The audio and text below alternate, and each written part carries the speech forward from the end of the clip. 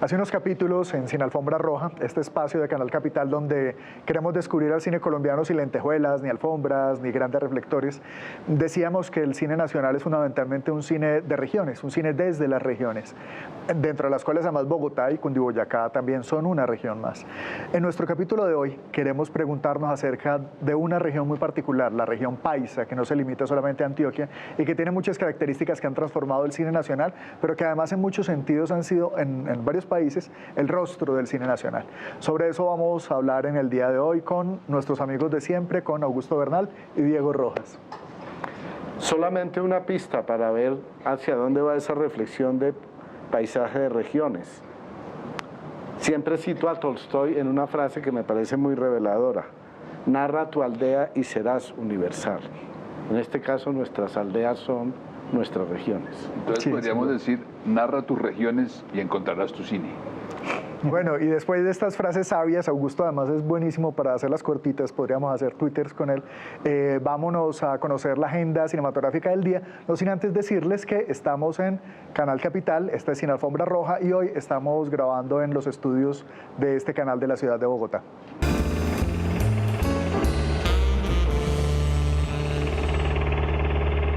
La edición número 14 del Festival de Cine Francés, que este año rendirá homenaje a Benoît Jacot, se llevará a cabo en 19 ciudades de Colombia. El festival se realizará en Bogotá del 16 al 30 de septiembre, en Medellín del 1 al 14 de octubre, Cali y Bucaramanga del 15 al 21 de octubre, en Barranquilla del 1 al 7 de octubre y en paralelo del 1 al 31 de octubre en Armenia, Cartagena, Cúcuta, Manizales, Neiva, Pereira, Popayán, Pasto, Santa Marta, San Andrés, Fusagasugá, Tunja, Valledupar y Madrid, Cundinamarca. Mayores informes y toda la programación en www.cinefrancescolombia.com. Estamos en Canal Capital y esto es Sin Alfombra Roja. Nos estamos preguntando sobre nuestros paisajes regionales, sobre el cine de nuestras regiones. Y hoy nos ocuparemos del cine paisa. Y para eso tenemos a uno de sus directores sin duda más conocido en Colombia y por fuera, y ese es Víctor Gaviria. Víctor, gracias por acompañarnos.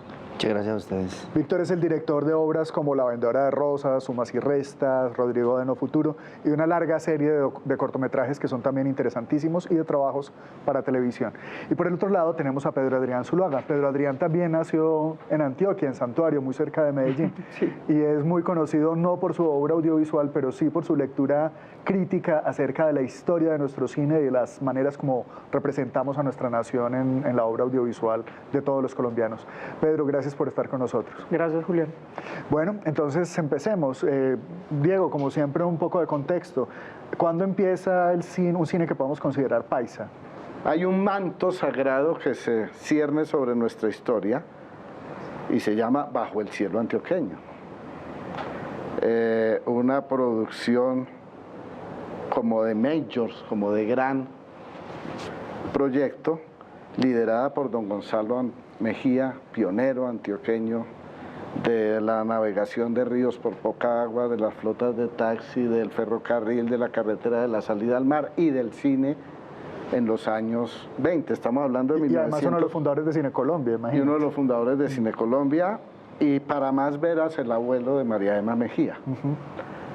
Pero pensaba yo en esos comienzos paradójicos, porque se viene la gran exaltación del progreso antioqueño, del pisar fuerte antioqueño, de la industria, del café, del transporte, de la gran ciudad que ya se preveía iba a ser Medellín.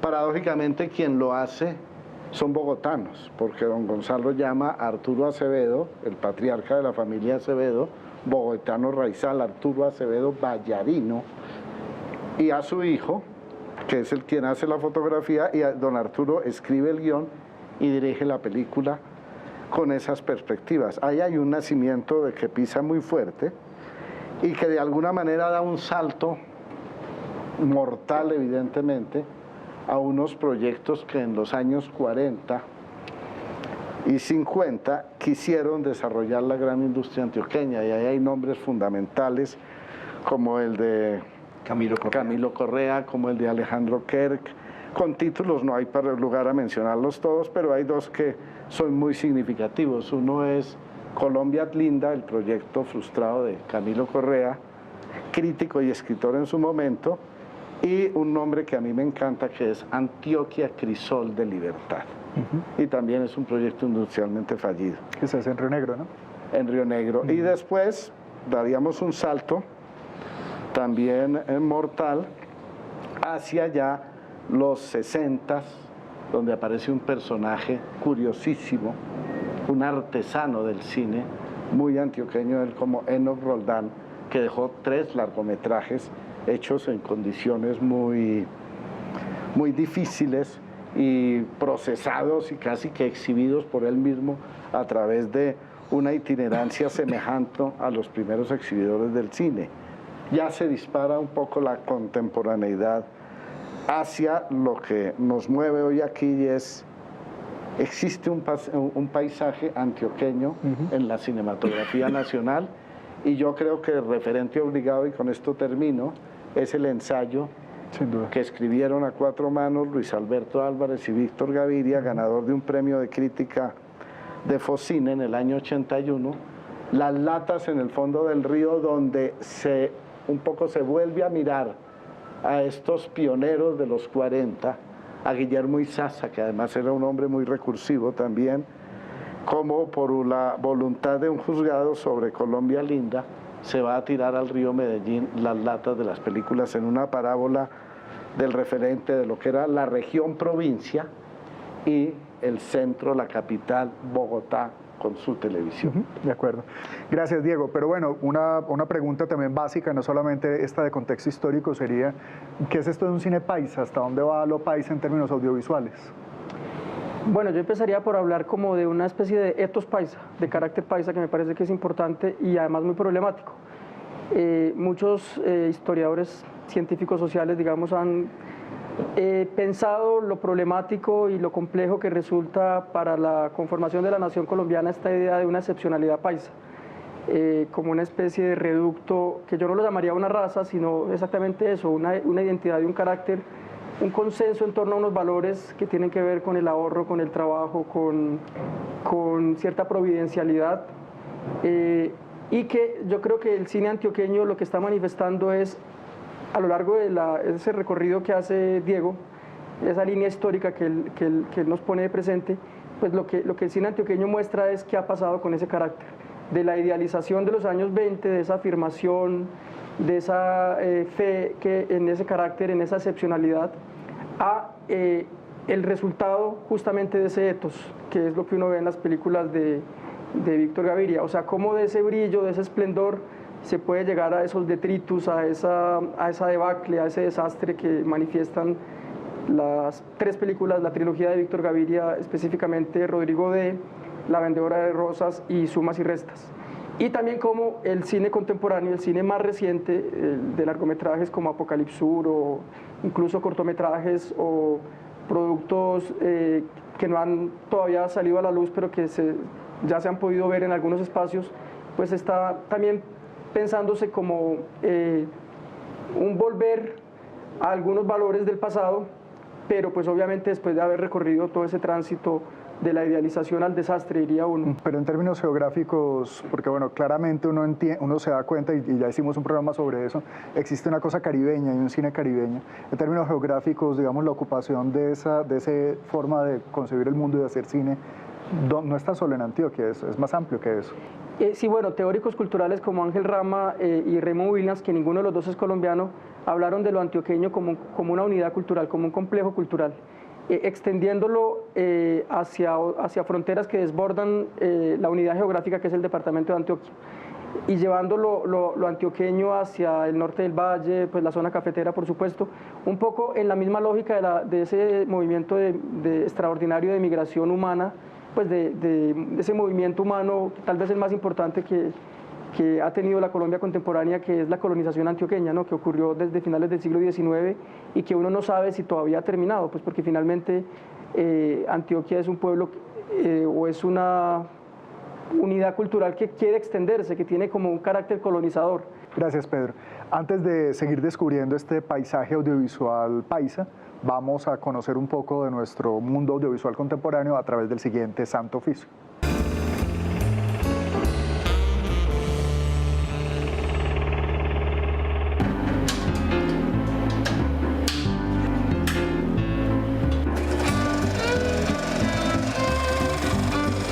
Mi nombre es Jaiber Sánchez Leal, soy proyeccionista de la Cinemateca Distrital. Llevo en el medio hace aproximadamente 20 años. Toda la labor que se hace dentro de la cabina de proyección es totalmente mecánica, desde recibir la película, los rollos que vienen en pies, hacer todo el proceso de empate de la película, la revisión de la película. Luego se pasa al proyector de 35 milímetros. Nosotros tenemos señales de la película de 35 milímetros que nomás las conocemos nosotros los proyeccionistas. Sí, entonces nos toca estar pendiente de muchas cosas. Cuando hablo de señales me refiero a los puntos que salen en la parte superior derecha de la película, la cual es la señal para nosotros poder cambiar la película de proyector.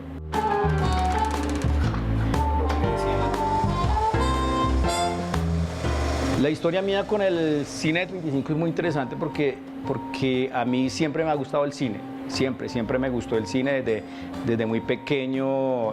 Mi hermano mayor me inculcaba mucho el cine y un día entré a la sala al cineclub de la Universidad Central y tuve la oportunidad de entrar a la cabina y en ese momento yo pienso que fue un lapso de mi vida, el antes y el después, siempre quise estar ahí. El arte lo aprendí realmente por la pasión que yo siento.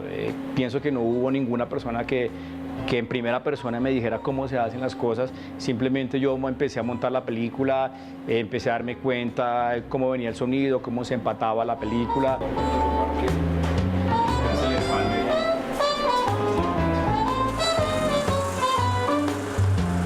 Yo pienso que de las cosas más valiosas que las cuales se ha reconocido la labor del proyeccionista fue una que dio justamente en esta sala hace aproximadamente un año el director de cine iraní Abbas Kiarostami, el cual argumentaba que la culminación de una realización de cine termina con la proyección de una muy buena película, y cuando termina una realización de una película y se pasa una mala proyección, pues realmente se arruina todo el trabajo de muchas personas y de mucho tiempo.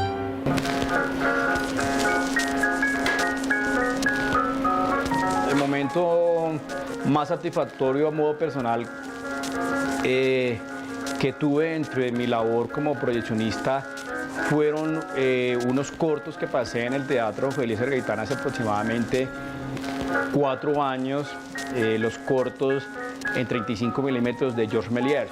Estuvo presentando la película a la bisnieta de Georges Méliès y uno de los nietos de Georges Méliès tocó el piano en vivo.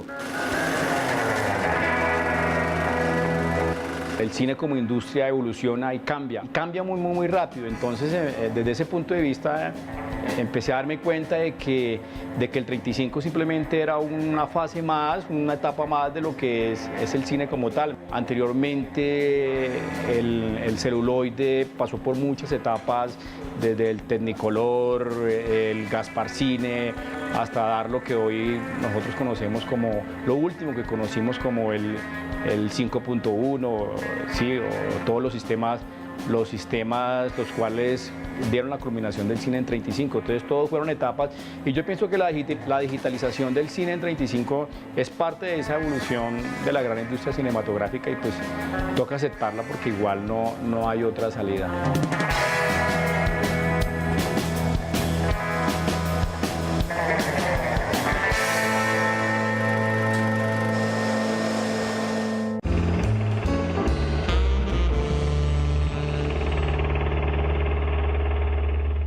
Estamos en Sin Alfombra Roja, un programa de Canal Capital. Hoy estamos arrojando una mirada acerca de ese paisaje de regiones que es nuestro cine y en particular acerca del cine paisa. Víctor Gaviria, uno de los directores paisas más conocidos internacionalmente. ¿Qué opina sobre nuestro tema del día? Pues, hombre, el cine paisa tiene ese antepasado, esa historia de la cual habló Diego. que es Bajo el cielo antioqueño, y de pronto se manifiesta en un deseo, digámoslo, empresarial muy, muy grande en los años 50, con Camilo Correa, que era también crítico, pero un deseo empresarial que no tiene soporte de lenguaje. O sea, era una gente que quería hacer cine, que de pronto pensaba, como todos los países, que todo lo puede, digámoslo, la plata, el capital. Claro. Ellos Y el hicieron emprendimiento, plata, que todo lo logra. que todo lo logra, pero nunca, y que digámoslo, el deseo de plasmar el costumbrismo de la vida antioqueña era suficiente, que eso era el tema, pero el fracaso de Camilo Correa, que es un fracaso tremendo, estrepitoso, es porque ellos no tenían lenguaje. Después lo hace este conductor de locomotora, que es Enoch Roldán, que hace 2 películas, como si pasara de la máquina... Sí. Del tren a la locomotora a la máquina de cine, ¿cierto? La locomotora audiovisual que le faltó al presidente. Sí, pero él era un tipo que manejaba, era pues de... O sea, Leonel Gallego con el Eso es de los pioneros. Y siempre había la idea, de que no era sino el impulso paisa, el tema costumbrista, un realismo teñido de costumbrismo, y que eso era suficiente, pero la verdad es que no ha sido suficiente, nunca. ¿Cierto? Bueno, sí. Y entonces, pero al mismo tiempo yo me pregunto, también hemos tenido, o por lo menos la generación nuestra, tuvimos un crítico que fundó el cine antioqueño. Me parece que Luis Alberto Álvarez es el que aglutina, pues por un lado está también Jorge Falberov y Pacholo, ¿cierto? Claro. Que fundan El Subterráneo, que es la primera cinemateca donde todo el mundo empieza de una manera organizada a entender la historia del cine, a ver las películas de las cuales todo el mundo había leído pero nunca había visto. Y entonces, pero Luis Alberto es el que como que da como unas bases hasta morales, digámoslo, del cine, también del lenguaje, de apreciación. Y yo siempre he creído que Pedro Adrián es el continuador de Luis Alberto. Ellos nunca se conocieron, nunca conversaron, ¿cierto? Pero yo siempre, cuando Luis Alberto faltó, y nos hizo tanta falta, y hace tanta falta todavía, siempre me pregunto cómo le parecería esta película de Luis Alberto, las nuevas en cine colombiano, pero siempre pienso que Pedro Adrián es el continuador. Entonces por eso siempre le pregunto, ¿cómo vamos, Pedro? ¿Cómo vamos? Hombre, ahora, te están echando muchas flores. Augusto, disculpa. No, hay algo que me llama la atención, es cuando hablábamos del cine del Valle del Cauca, teníamos como referente la cinefilia. Para el cine paisa, la cinefilia llegó de La Boca y del tratado de Paul Barriol en el Colombo, y Luis Alberto y Ucamao, el grupo Ucamao y Subterráneo. Y Alberto Aguirre en la revista Cuadro. Pero hay algo que supera característicamente el cine paisa, y creo que la pauta la marcas vos con los actores naturales. ¿Eso lo podemos entender como una estética o como un contexto social y político? Cuando hablabas alguna vez de los pistolocos y los motociclistas y todas estas cosas. Mira, Luis Alberto Álvarez siempre decía que el paisa tenía como un problema con el cine, como si hubiera una forma en su carácter y en su cultura que lo hacía muy verbal y muy literario, y que esa capacidad literaria, que ustedes saben que realmente Antioquia pues tenemos a León de Greiff, a Porfirio, a esos grandes poetas, Carrasquilla. Pues al mismo Manuel Mejía, todos estos escritores, o sea, una cultura muy fuertemente literaria, pero que eso ha sido prácticamente como un impedimento para que como un lastre, esa es la palabra que estaba buscando, un lastre que no deja que te demos el salto al cine y al lenguaje de la imagen, ¿cierto? Entonces, yo lo pienso por mí mismo, ¿cierto? Yo doy un salto al cine, pero a través del lenguaje mismo también. O sea, el actor natural es de aquello que tenía Carrasquilla. Cuando uno lee Frutos de mi tierra, uno se asombra de esa cantidad de voces extraordinarias que son casi inconcebibles, y que yo creo que yo lo traté de abrirme un camino en el cine a través del actor natural. El actor natural es un narrador.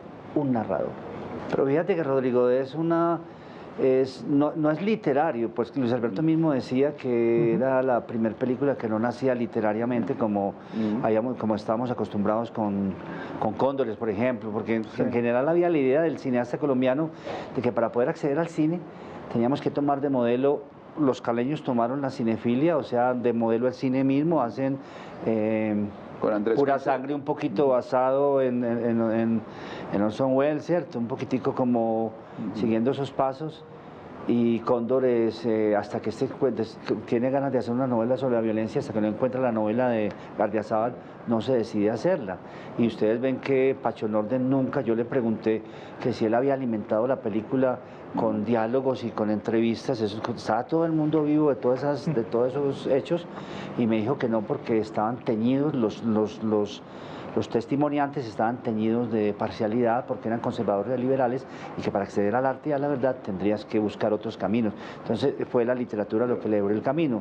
Y con Rodrigo, ¿de cuál fue el camino? O los narradores verbales, los actores naturales. O sea, una cosa muy carrasquillesca en el fondo. Total, el vínculo tuyo realmente, digamos, literario es que así como Tomás Carrasquilla recuperaba el habla popular, lo mismo haces tú con las imágenes y con las palabras populares de los barrios y en general, digamos, de la vida cotidiana. Entendiendo que los narradores no vienen de la literatura, o sea, los narradores, o sea, los escritores son los que fundan la literatura, obviamente, cuando se sientan a escribir con base en sus experiencias ajenas o propias, pero el narrador es el que tiene un tipo de imágenes que están muy cercanas al cine. Pero yo diría que el cine de Víctor sí es un cine literario, pero de otra manera. O sea, que es un cine que encuentra como esas palabras menores, digamos, de la tradición antioqueña. Y creo además que en la obra de Víctor se da como el resumen de esa línea de tiempo que describió Diego al comienzo, en la medida en que es un cine que empieza como con cierto ideal de la antioqueñidad, que llega como hasta películas como Que pase el aserrador o Simón el Mago, encontrando como esas pequeñas fracturas también, o sea, como en esos cuentos tradicionales, en Simón el Mago, en Que pase el aserrador, ya están los atajos éticos, ya está la picardía, ya está la picaresca, y después ese cine enamorado de la tradición, enamorado de las palabras de la tradición, en esa vertiente de Carrasquilla, se va a encontrar con el presente, con un presente donde esa tradición, no es que haya una ruptura, sino que hay una continuidad. Total, o sea, esa tradición ya tiene las marcas o ya tiene las señales que van apuntando hacia lo que va a ser el presente y lo que va a ser el futuro. Creo que ahí encuentras la poesía de Elie Ramírez, que es tan importante para la primera parte de tu obra, y es una poesía que está nombrando otros lenguajes, está nombrando otra manera de acercarse a lo popular, de acercarse a la experiencia del barrio. Entonces yo sí creo que en tu obra hay ese tránsito que podría ser el tránsito global del cine antioqueño, de lo rural, de la tradición, a una modernidad que es una modernidad traumática, anómala, que es la modernidad del narcotráfico, que es la modernidad del atajo ético. Me parece que ese paso de las historias como Buscando Tréboles, Que pase el aserrador, Simón el Mago, a los largometrajes, es un paso violento pero natural, que es la violencia de alguna manera lógica que se produce en esa cultura antioqueña, a través de la picaresca, creo yo. Sí, o de consiga plata, pero de cualquier manera, o sea, como que no es sorprendente que eso pase. Antes de que continuemos en esta conversación sobre el paisaje audiovisual que podemos ver desde lo antioqueño, desde lo paisa en el cine nacional, vámonos a la siguiente entrevista.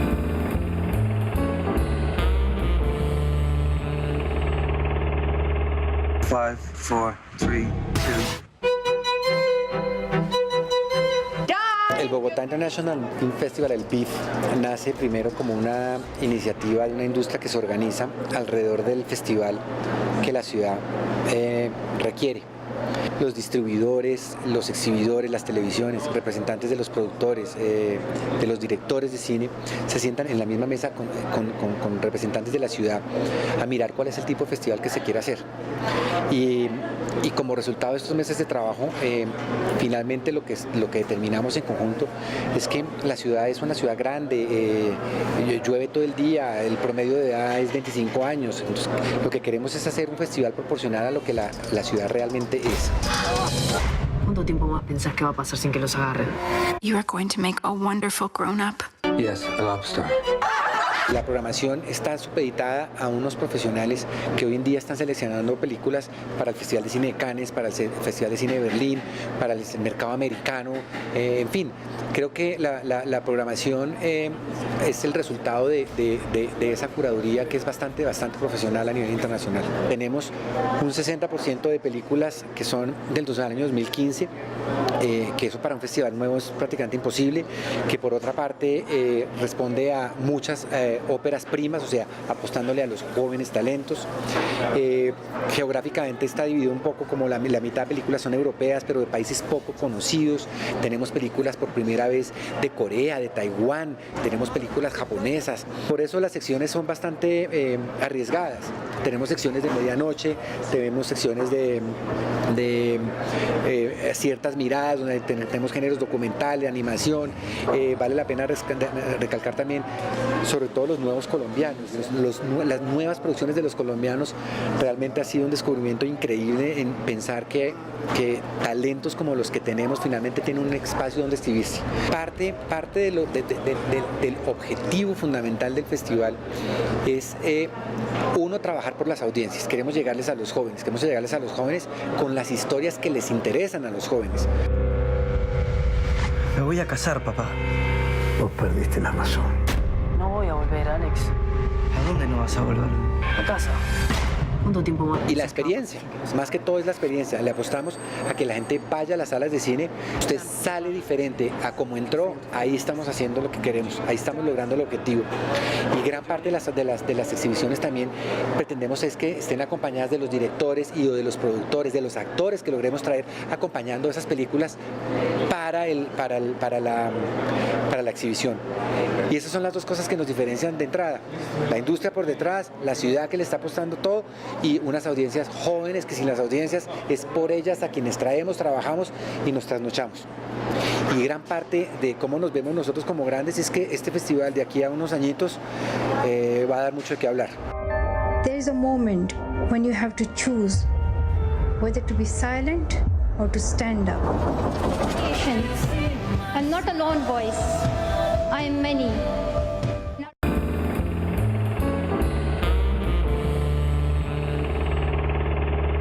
Estas son algunas películas realizadas en Antioquia desde los años 20 del siglo pasado. En 1925, Arturo Acevedo realiza Bajo el cielo antioqueño, producido por el empresario Gonzalo Mejía. En 1945, La canción de mi tierra, de Federico Katz, ve la luz. Y para 1960 se presenta Antioquia, crisol de libertad, de Alejandro Kerk. En 1989, Víctor Gaviria realiza Rodrigo de No Futuro y en el 98, La vendedora de rosas. En el 99, Barbara Schroeder rueda La Virgen de los Sicarios, basada en la novela de Fernando Vallejo. Para 2004, Adolfo X, el adalid de la serie B Paisa, realiza ¿Quién crees que eres? Y en 2007, Javier Mejía presenta Apocalipsur. Para el 2010 se estrena Los colores de la montaña, de Carlos César Arbeláez, que obtuvo el premio de nuevos directores en el Festival de Cine de San Sebastián.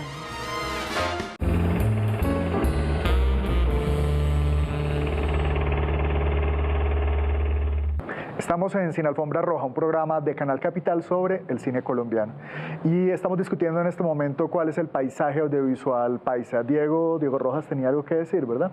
Sí, es que estamos descubriendo un amplio paisaje de nombres, de momentos y de esencia, digámoslo, de lo que constituye ese paisaje regional antioqueño. Y para los dos, empezando tal vez por Víctor, quisiera que nos hablara de dos momentos que son fundamentales para este paisaje. Uno es la irrupción de Teleantioquia del canal regional, sí, que en esta cinematografía tiene un papel fundamental y con el que tú tuviste una gran cercanía, puesto que uno de tus trabajos fue la emisión fundadora de Teleantioquia. Y el otro, los llamados mediometrajes de Focine, películas de media hora hechas para televisión, que también fueron en los 80s un factor medular y que en el caso del paisaje antioqueño también en ti tienen una vida muy importante para lo que después van a ser los largos.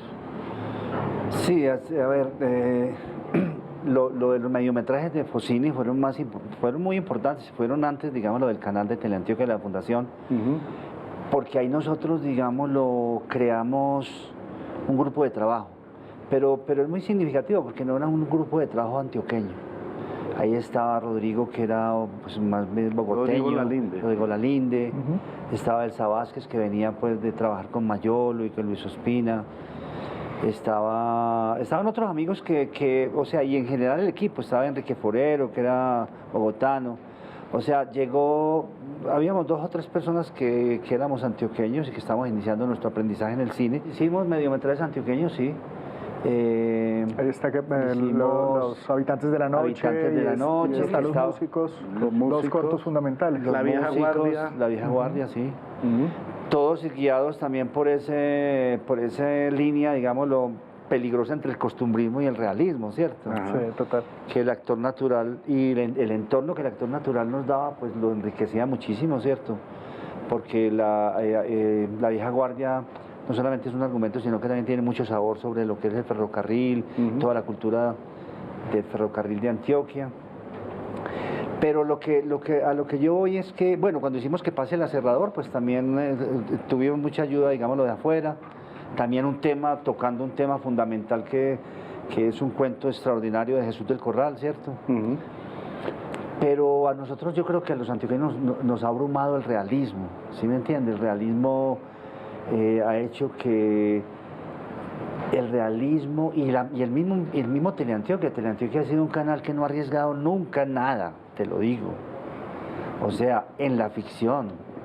Ellos pues hacen sus cosas, pero ellos son por los caminos siempre regulares, no se salen de sus cosas, nunca arriesgan, nunca cuando van a hacer, hace poco hicieron un intento por fundar una escuela de dramaturgia pues, cinematográfica, llevaron a Kepa Amustástegui y ya en un periodo pues, de estereotipo total, y lo que hizo fue una novela estereotipada totalmente. O sea, hay que tener en cuenta eso también, ¿cierto? Claro. Que el paisa no arriesga nada. Y afortunadamente, ¿y qué es lo que pasa también? ¿Qué es lo que ha pasado?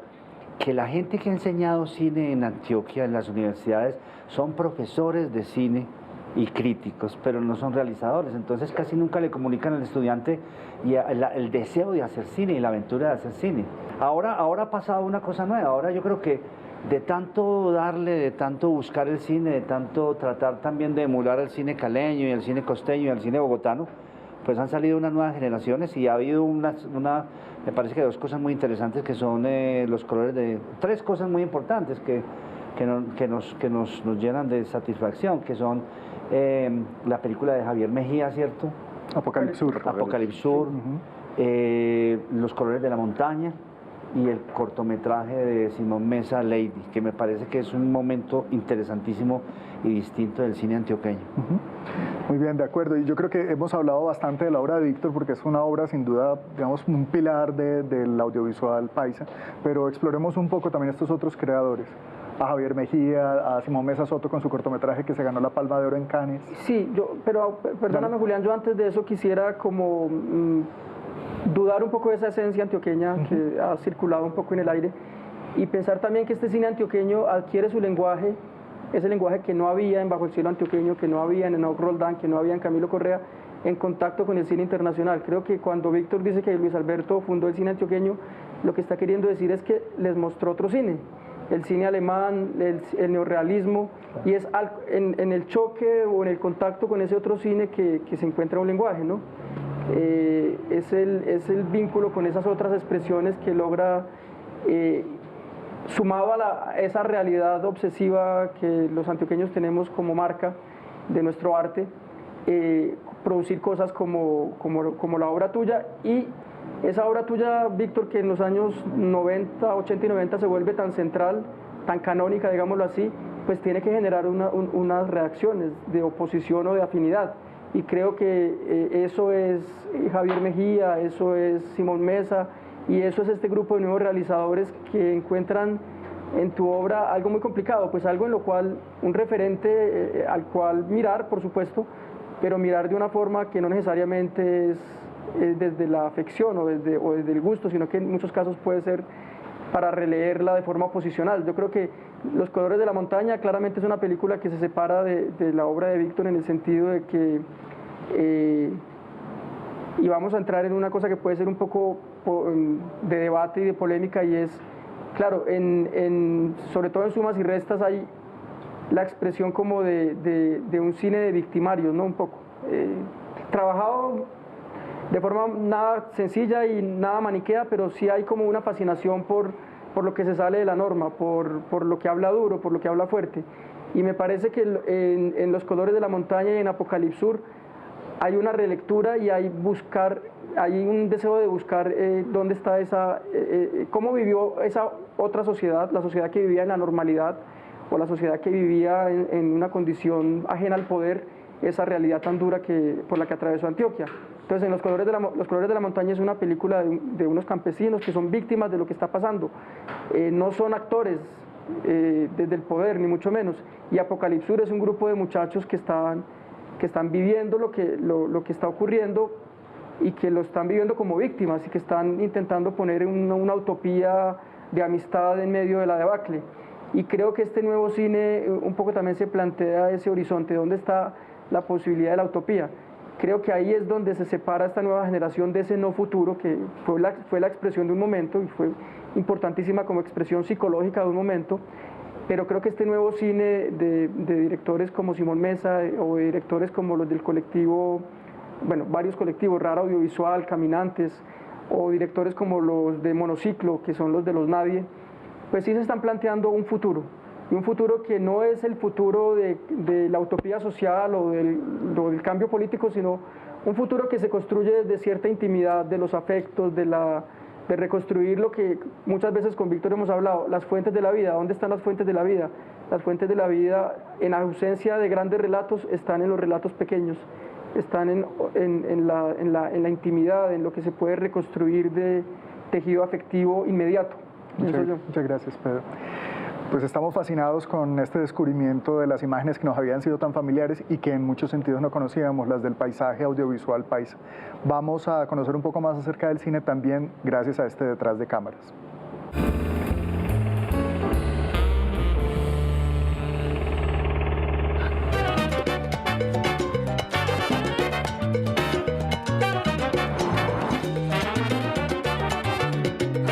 El solitario. Sí. Tiene novia por internet. ¿Cómo era eso? ¿Qué te he dicho? ¿Te das cuenta? Ahora. Afuera sí está loco que ahí está la luz.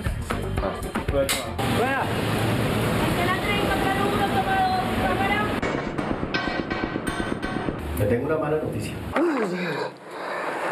Me siento aquí que estoy más mamá que un hijo de puta. Está muy enferma. ¿Y usted cree que la EPS pues lo va a salvar a usted como el Espíritu Santo?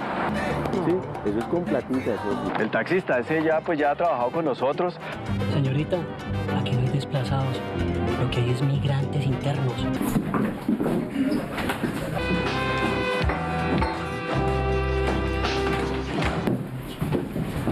César tan sobreactuado. Sí, oye. Hemos salido de la primera escena de la peli. Bien, sudé como un berraco. Ella se va a ir, ¿no? No, y van a tener eso, que tengan acciones, ¿sabes? O sea, no sé, tú con este, pues como que sí, tal.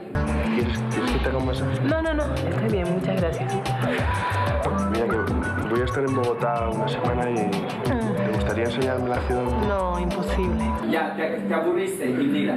Ya, tengo que hablar, espérate un momento. No, ya te digo. Me quiero ir ya. ¿Pero por qué? Aquí. Negra, no te vuelvas a rumiar. Siempre es mejor grande que chiquito. Ay, no sé qué hacer con esto guardado. ¿Qué estás haciendo? ¿Será que esta sí utiliza de verdad el freno de mano? Bueno, ya ni modo. Voy a apretar un poquito a ver qué. Siempre se les tiene que decir todo y cuando es no, es no. Entra el man y con el man nos vamos.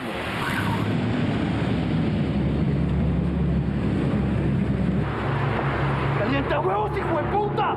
¡Ay, los manes no dan abasto, no les alcanza la leche para las contratas! Pero mantén ese perfil primero, o sea, el perfil solamente el real, y después baneas al espejo. Bueno, ¿y qué? Vamos a seguirlo a mi casa, ¿no? Menos mal estamos sincronizados. Arrepiéntete, mujer, que te llegó tu hora.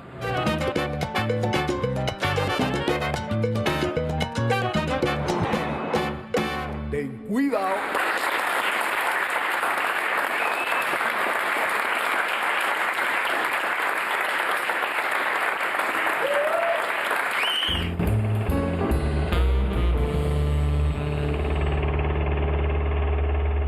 Estamos en Sin Alfombra Roja, un programa para debatir el cine colombiano sin lentejuelas ni grandes reflectores. Hoy justamente nos estamos preguntando por este cine de regiones y en particular acerca del cine paisa. Y estamos con Víctor Gaviria y con Pedro Zuluaga. Bueno, Pedro nos estaba presentando un corte radical, digamos, entre el cine que estaba haciendo Víctor Gaviria y el cine que ha empezado a darse a partir de ahí. Por un lado, la posición a veces de los victimarios versus a las de las víctimas y a la construcción de un futuro a partir de las pequeñas historias. No nos queda ya mucho tiempo, estamos entrando en el área de conclusiones. Creo que empezaríamos por ti, Víctor. No sé si tienes alguna opinión sobre lo que decía Pedro o algo más que quisieras agregar.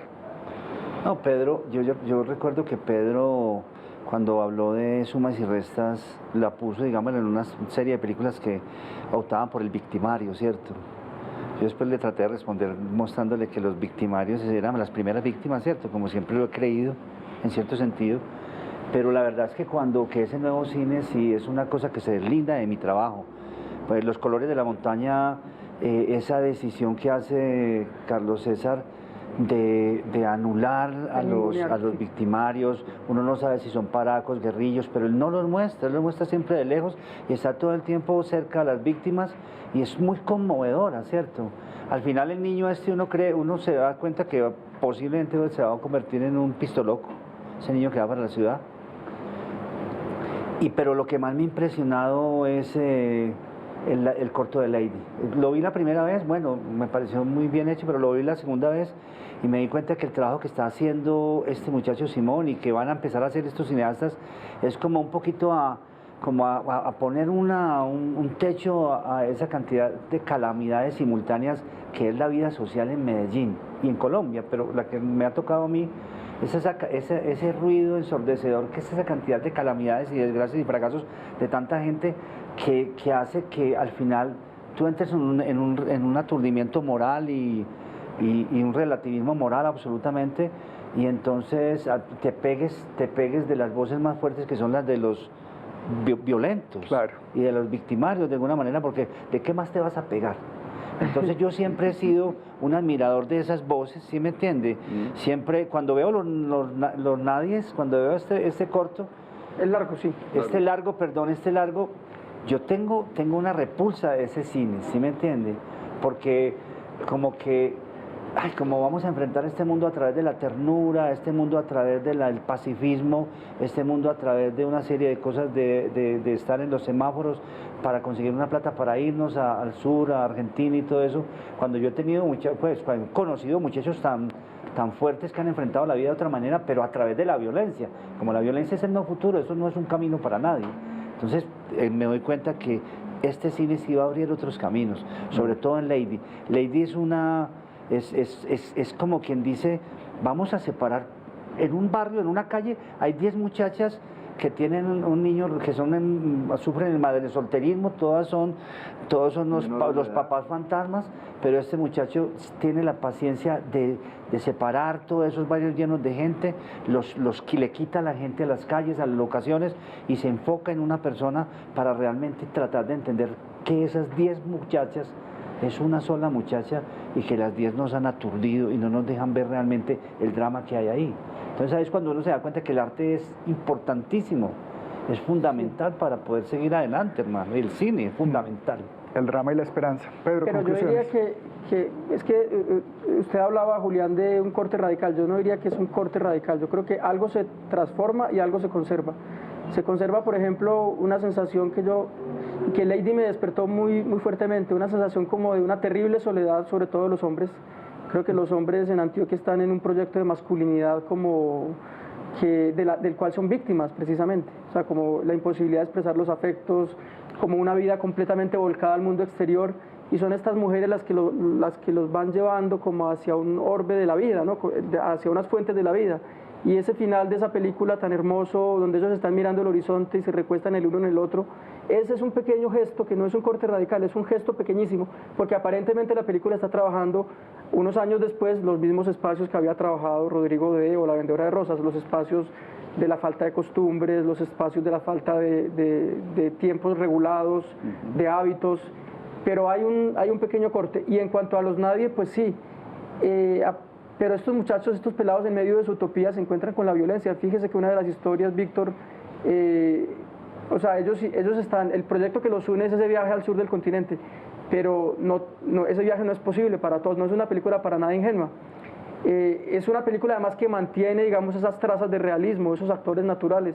Entonces, hay un diálogo con la tradición, hay un diálogo con este recorrido que hemos hecho por el cine antioqueño y el cierto documentalismo, la obsesión por la referencia de la realidad, pero sí se abre un espacio nuevo que es como que la única manera que tengo de nombrarlo es el espacio de la utopía afectiva, me parece a mí. Es como la manera que tendría de resumirlo. Pues muchas utopía gracias. afectiva que no había en Rodrigo D, porque Rodrigo D intenta reconstruir sus afectos, pero sabemos que no lo consigue. Rodrigo, el personaje de la película. Que termina tirándose. Pues muchas gracias, Pedro. Bueno, se nos está terminando el tiempo. Todos los temas de nuestro programa Sin Alfombra Roja son apasionantes. Una última conclusión, Diego. Más que conclusión, es una referencia obligada, porque el culpable, uno de los culpables de que estemos hablando aquí de regiones, de paisajes, de regiones, de provincias, así Julián me regañe, está aquí sentado, que es Augusto Bernal, que con esa nave, ese acorazado que era la Arcadia Valcine, era un ovni, nos introdujo en hablar del cine paisa, del cine costeño, del cine caleño, y desde ahí como que nos puso a mirar y a pensar en esos. Así migremos, así bogoteños como la Linde se vaya para Medellín y el caleño se vaya para el otro lado, pero sin duda después de este diálogo tenemos un sello regional en cada una de estas expresiones. El cine es un arte colectivo, pero nada, sí hay caracteres, digamos, y paisajes nacionales a través de las regiones. Pues muchas gracias a Augusto, que también nos demuestra junto con Pedro que uno puede cambiar la historia del cine a través de la crítica. Terminamos por hoy, regresen con nosotros a seguir descubriendo los cines nacionales y a seguir descubriéndonos a todos a través de nuestro cine. Esto es Sin Alfombra Roja.